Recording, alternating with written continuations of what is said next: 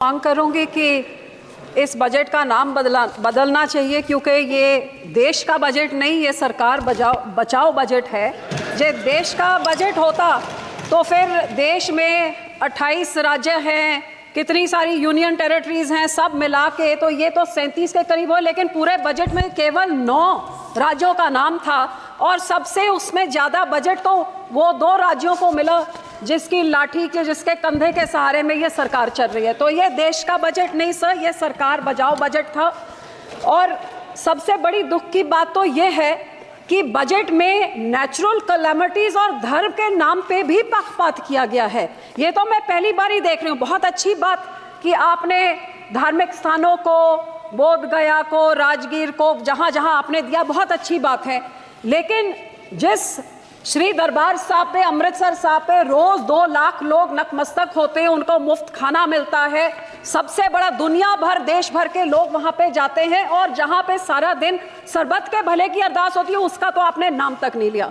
और फिर मैं नेचुरल कैलेमिटीज की बात करूं तो फ्लड रिलीफ आपने राज्यों को दिया, बहुत अच्छी बात। जैसे मेरे सहयोगी ने मेरे से पहले बोला कि ये जो पानी आता है हिमाचल को आपने दिया पैकेज, तो हिमाचल का पानी पंजाब में आके पंजाब को जब डुबो देता है और तबाही मचाता है, तो पंजाब को आप क्यों भूल जाते हैं? जब पानी डैम में भर जाता है तो आप डैम खोल देते हैं और हमारा पंजाब डुबा देते हैं। जब घग्गर रिवर का लेवल ऊपर हो जाता है तो चुपचुपीते 7 के राज्यों को बचाने के लिए बंद तोड़ देते हैं और हमारे गांव को डुबा देते हैं।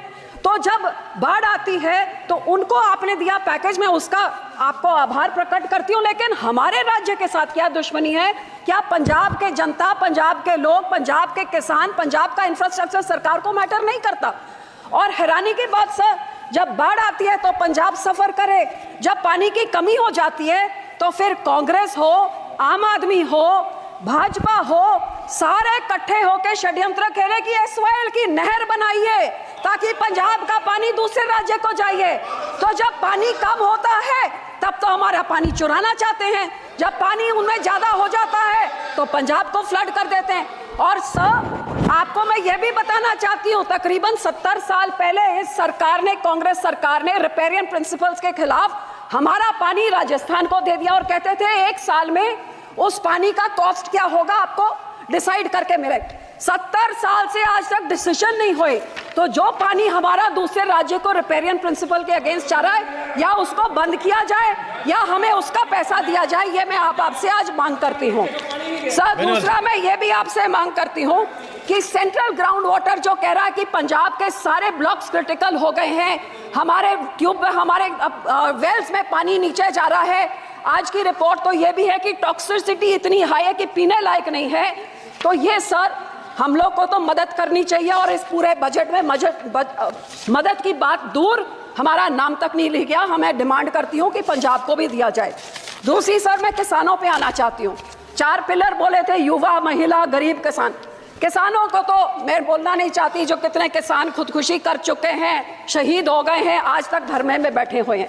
लेकिन जो ये किसान हकी सरकार होती जो कहती थी 2022 तक हम किसान की आय दुगनी कर देंगे, तो मुझे इतना ही समझा दें कि 2022-23 में तो एग्रीकल्चर ग्रोथ 4.7 थी, तो फिर पिछले साल 1.4 क्यों रहेगी जिनकी पॉलिसीज इतनी अच्छी है?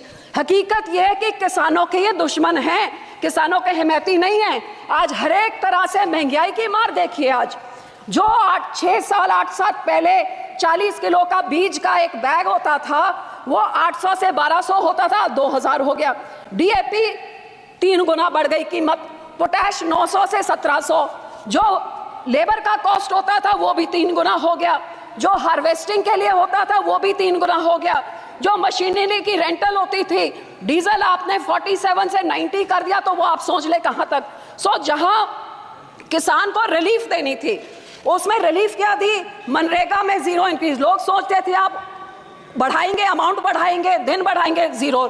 क्रॉप इंश्योरेंस क्रीप को -2.6% उसके अमाउंट में कटौती करी। यूरिया सब्सिडी में -7.4 की कटौती, न्यूट्रिएंट बेस्ड सब्सिडी में -25% कटौती। गरीब कल्याण योजना का बजट 3.3% घटा दिया। किसान सम्मान निधि का 10% घटा दिया। 18 से 22 तक जितने फार्मर्स कवर्ड अंडर पीएम फसल बीमा योजना या सबका 8-9% उनका कट गया। और पंजाब की जब मैं बात करूं तो पंजाब की बेनिफिशियरी जो पीएम किसान निधि में थे और आवास योजना 2018 से घटते ही जा रहे हैं सर। तो मैं ये कहना चाहती हूँ कि जो किसान देश का पेट भरता है, किसान सबसे ज्यादा जो योगदान पाता है, ये 80 करोड़ लोगों को जिनको आप फ्री राशन देते हैं, उस किसान के साथ आप दुश्मनी क्यों दिखा रहे हैं? मैं अपील करती हूँ सरकार को कि जो MSP legal guarantee Swaminathan commission की रेकमेंड C2+50% उसको लागू करें। मैं ये भी बेनती करती हूँ, सजेशन सब 2-4 सजेशन देती हूँ कि जब तक आप नहीं करते कम से कम भावांतर स्कीम लाइए जिसकी एमएसपी पे नहीं बिक रही हो, मिडल जो बीच का रह जाता है वो दे। एक फार्मर फ्रेंडली क्रॉप इंश्योरेंस कोई स्कीम आप लेके आए जिससे किसानों का फायदा हो, इंश्योरेंस कंपनी का नहीं। और जो किसान के जो इम्प्लीमेंट्स हैं इन पे आप जीएसटी को खत्म करिए ताकि किसानों का कुछ फायदा हो, उनकी फल सब्जियां बचे, जिससे किसान की महंगा मानसून आ रहा है, टमाटर के रेट कहाँ चले जाएंगे। जी आप इम्प्लीमेंट्स में जीरो करें तो बहुत कुछ फायदा हो जाएगा। सर आखिर में पंजाब की इंडस्ट्री 7 की स्टेटों को टैक्स इंसेंटिव्स देके तबाह कर दिया, हमारी इंडस्ट्री भाग गई है। मैं सिर्फ इतनी बेनती करती हूँ कि FN साहब लुधियाने गए थे, वो मंत्री बनी बैठे हैं अब वहाँ पे, लुधियाने गए थे जहाँ पे उन्होंने MSME इंडस्ट्री को बोला था कि जो अमेंडमेंट 43B जिसमें मैंडेट किया जाता है कि 44 डेज में आप पेमेंट करिए, नहीं तो आपके जो टैक्स इंसेंटिव फोरफिट हो जाते हैं, वो इस बजट में उन्होंने नहीं किया। वो बहुत देख रही थी कि इंडस्ट्री करे। सर 2 मिनट, जो हमारी साइकिल इंडस्ट्री है, जो हमारी स्पोर्ट्स इक्विपमेंट इंडस्ट्री है, मैं आपको बेनती करती हूँ इंसेंटिव इंटरनेशनल बॉर्डर पाकिस्तान के साथ 2019 से हमारा वाघा बॉर्डर बंद कर दिया है, बहुत नुकसान हुआ है।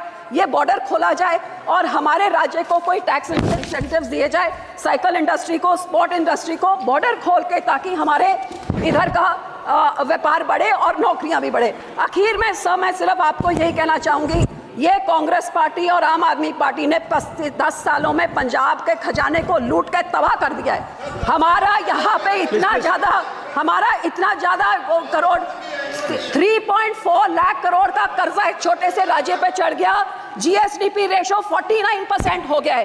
तो सर आप इनको सजा देने के लिए आप RDF रोक देते हैं, हेल्थ मिशन का रोक देते हैं, पर पंजाब के लोगों का क्या कसूर है? मैं आपको बेनती करती हूँ, जो हमारा पैसा है वो पैसा आप दीजिए।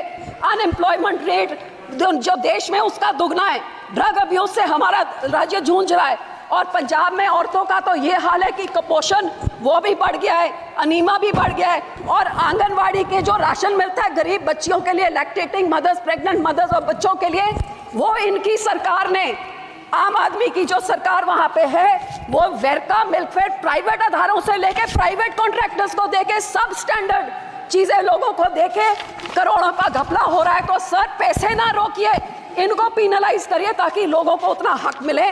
और सर आखिर में मैं यही कहूंगी कि सबसे highest population 32% SC population Punjab में है सर। सबसे बड़ा ग्रैनरी को योगदान पंजाब देता है। फ्रीडम स्ट्रगल में सबसे बड़ा योगदान हमने दिया। इस राज्य के मांगों को पूरी करके हमारे किसानों को हमारी चंडीगढ़ की राजधानी हमें दीजिए, हमारा पानी दूसरे राज्यों को जो आ रहा है उसको रोक के उसकी रॉयल्टी हमें दीजिए, नहीं तो वो सारे फैसले रिवोक करके हमारा पानी पंजाब पे रखिए। धन्यवाद जी, धन्यवाद।